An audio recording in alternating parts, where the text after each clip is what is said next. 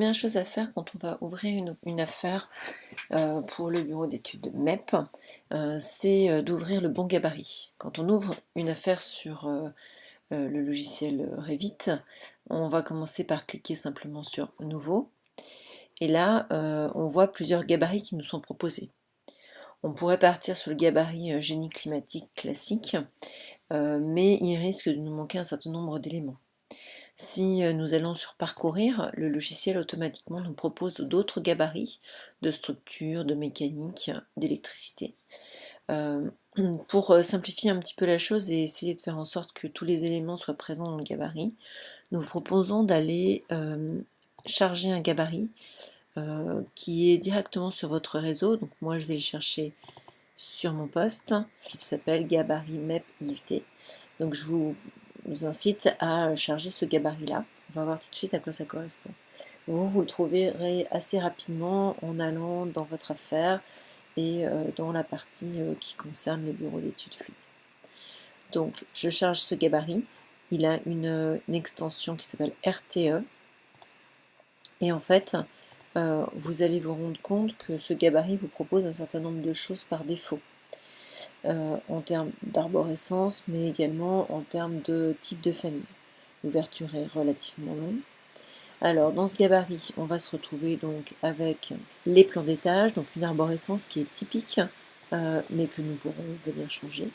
Donc, dans cette arborescence, si je ferme un petit peu tous les éléments, hop, on retrouve des plans qui sont préfigurés avec les bonnes vues et les bonnes gestions d'impression sur tout corps d'étage, génie climatique, frigorifique, plomberie. Si je rentre par exemple dans plomberie sanitaire, eh bien je vais avoir les plans de niveau de mes plomberies qui seront déjà prédéfinis par défaut.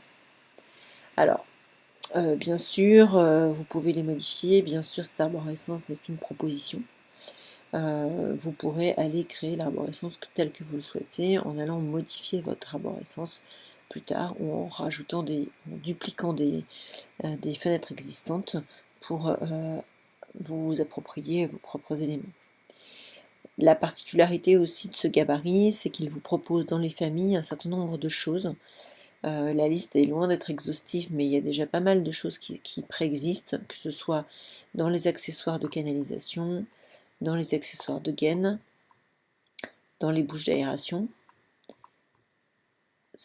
Donc les familles vont vous permettre de connecter les éléments ou de créer vos canalisations très rapidement. De la même façon, on a des éléments qui apparaissent au niveau des gaines, des raccords par exemple, au niveau des gaines, ou bien des gaines flexibles qui n'existent pas par défaut sur le logiciel. Donc toutes ces familles, évidemment, vous n'allez peut-être pas avoir besoin de toutes ces familles-là, peut-être que vous en aurez besoin d'autres. Si jamais à un moment donné vous avez besoin d'autres familles, eh bien il vous suffira soit d'aller les chercher sur internet, soit de les charger en allant ici dans Insérer. Vous avez une fonction qui s'appelle Charger la famille.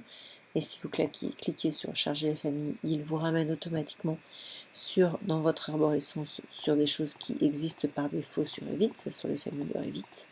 Et en plus, vous trouverez dans votre répertoire de travail un certain nombre de familles que nous allons placer pour vous en plus.